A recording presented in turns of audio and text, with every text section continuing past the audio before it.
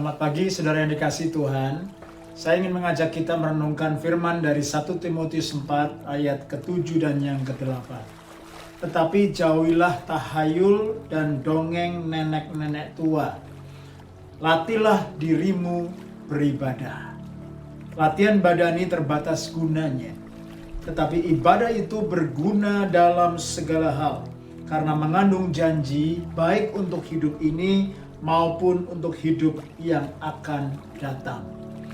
Saudara, hari ini renungan kita sangat bagus sekali. Ya, jauhilah tahayul, dongeng-dongeng nenek-nenek tua.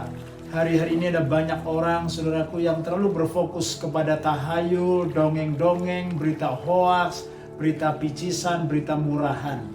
Nah, Tuhan mau untuk kita melatih diri kita untuk beribadah. Ya, bahasa Inggrisnya dengan jelas dikatakan discipline yourself for the purpose of godliness. Ya, saudaraku, discipline yourself for the purpose of godliness.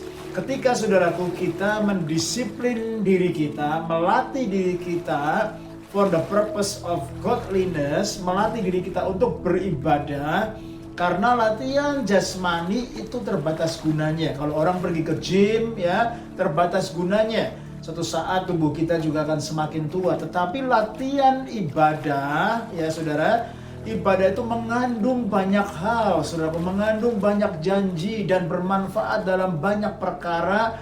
Bukan hanya untuk hidup sekarang di dunia ini, tetapi juga hidup yang akan datang.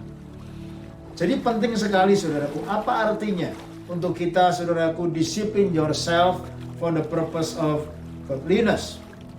Yang pertama, saudaraku, itu mengajar kita, membentuk kita, melatih kita supaya saudaraku kita memiliki sebuah kehidupan yang saudaraku beribadah kepada Tuhan. Hidup kita menyenangkan hati Tuhan. Seluruh hidup kita, baik badani, ya, pikiran kita, mental kita, jiwa kita, semuanya dilatih supaya kita intentionally untuk beribadah, melayani, menyenangkan hati Tuhan, mendapat perkenanan Tuhan. Itu yang paling kita perlukan. Lalu yang kedua, saudara, adalah bicara disiplin, ya, untuk kita, saudaraku, menguatkan dan meneguhkan, saudaraku, otot-otot, saudaraku, rohani kita, ya. Karena otot-otot rohani kita, saudaraku, perlu dibangun, perlu dilatih, perlu diteguhkan supaya kita, saudaraku, tidak mudah menyerah. Tetapi kita boleh hidup semakin kuat, hidup semakin berkenan, hidup semakin menyenangkan dan mengenal Tuhan. Hari-hari ini ada banyak test and trials. Hari-hari ini Tuhan lagi izinkan so many, saudaraku, goncangan, problem and trials, tribulence, saudaraku, untuk mengetes apakah kita punya kekuatan, endurance, dan otot-otot kita secara rohani terlatih dan menjadi kuat. Itu sebabnya kita perlu disiplin melatih diri kita, bukan hanya untuk, saudaraku, kepentingan di dunia sekarang ini, tetapi juga untuk kehidupan yang akan datang di dalam kekekalan. Ini luar biasa sekali, saudara.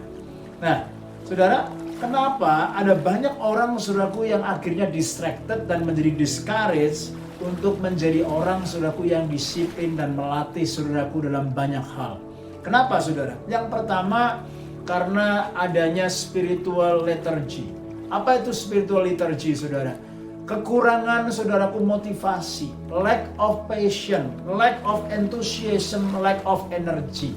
Hari-hari ini banyak orang, saudaraku, mengalami seperti itu karena kehilangan fokus, sehingga akhirnya dia tidak berupaya sungguh-sungguh untuk mencari kehendak Allah, untuk melatih dirinya beribadah, untuk rajin berdoa, rajin mengenal Tuhan, sehingga akhirnya, saudaraku, apa yang dia rindukan seringkali, saudaraku, menjadi, saudaraku, tidak tercapai karena kelelahan, kekurangan energi, kekurangan passion. Yang berikutnya adalah lack of boundaries. Saudara, tidak ada boundaries yang jelas, saudaraku, sehingga banyak orang tidak bisa menjaga hatinya dengan kesungguhan hati dan akhirnya terlalu banyak kompromi.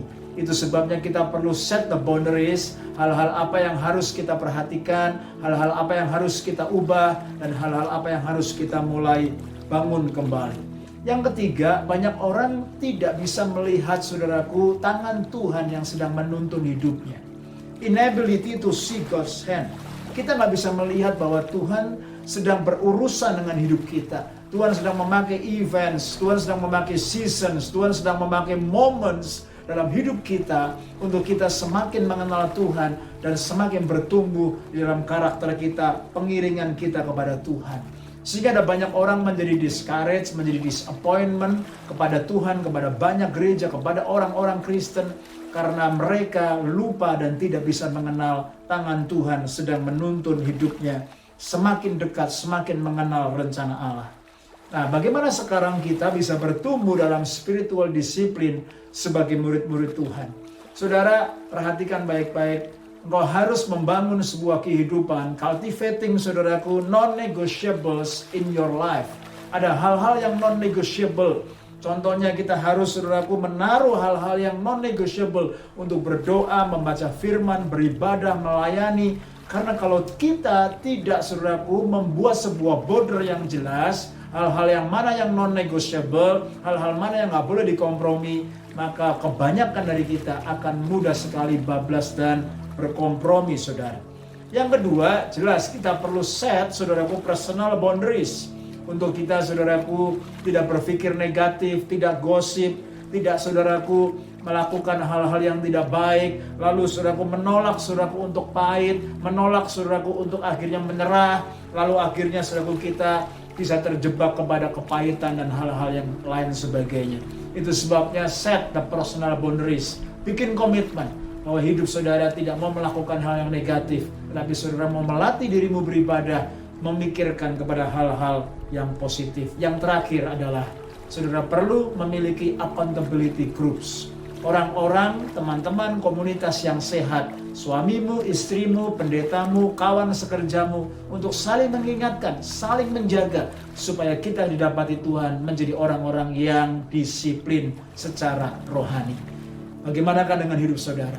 Siapkah saudara mengalami spiritual disiplin? Stay strong and stay blessed.